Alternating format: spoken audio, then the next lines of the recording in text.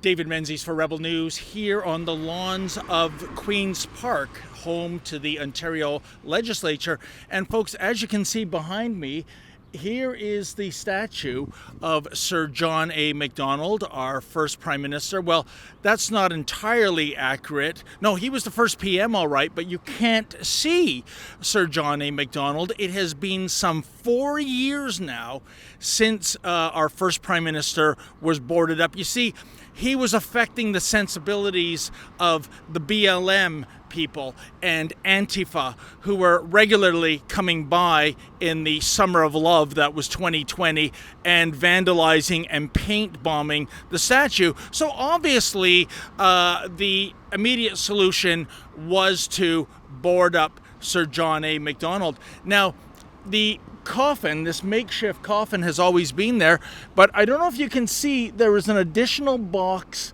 on top, and that's what made me pull over, because that's a recent addition. It used to be Sir John A. Macdonald's head was wrapped in a garbage bag. No, I'm not making that up, folks.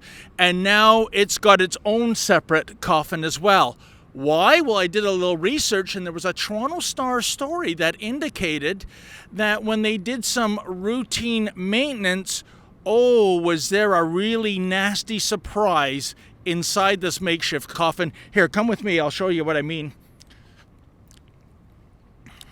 Folks, it's undeniable that our rights and freedoms are under attack. The Freedom Passport is an easy-to-read, pocket-sized booklet containing the Charter of Rights and Freedoms. There's an app, too.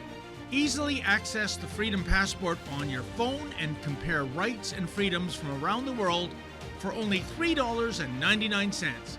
Visit freedompassport.ca and get your Freedom Passport today.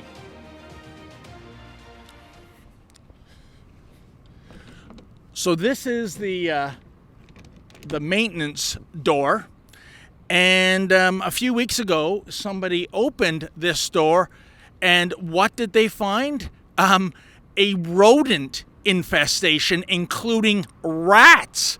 I mean, holy Willard, we have our own episode of Tales from the Crypt happening on the lawns of Queen's Park. But that's what you get when you are derelict in your duty. You put up a box for some 4 years. What do you think's going to happen?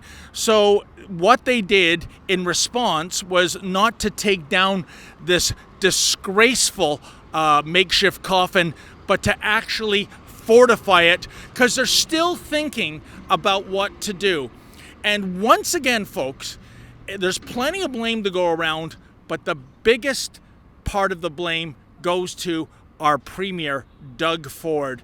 Once again, living up to his nickname, Flip Flop Ford, because back in 2018, when the city of Victoria, BC, was ahead of the game in terms of cancel culture against Sir John A. Macdonald, Doug Ford reached out to Victoria and said, send your statue here to Queen's Park. We've got one on the south lawns. We'll put yours on the north lawns. And Ford has gone from that, doubling down on statues depicting Sir John A. Macdonald, to shrouding them. And they are still dickering about what to do. Look at this sign, folks. The Legislative Assembly of Ontario is a place for debate and deliberation on issues that matter in our province.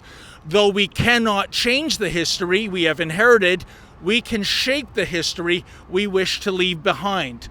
The Speaker of the Legislative Assembly is considering how the depictions of those histories in the monuments and statuary on the Assembly's grounds can respect all of our diverse cultures and peoples. This was put up 4 years ago, and they're still dithering. And really, isn't this the answer? Have a plaque, have an explanation that Sir John A. Macdonald, like every great man and every great woman, was not perfect, that there were flaws, and give some historical context as to why some people do not like our first Prime Minister. But no, here on the grounds of the legislature, it's a matter of out of sight, out of mind. It ain't out of our minds. We're going to keep watching this coffin in the months and years ahead. It is a disgrace to the city of Toronto. It is a disgrace to the legislature. And Doug Ford, where are you? Where are you in terms of all that bravado going back some 6 years ago when it came to the city of Victoria canceling their Sir John A. Macdonald? Disgraceful. For Rebel News, I'm David the Menzoid Menzies. If you feel like we do, please go to SaveSirJohn.com. That's SaveSirJohn.com. Put your name on the petition, and if you're able to, kindly make a donation so that Rebel News can continue to bring you the other side of the story.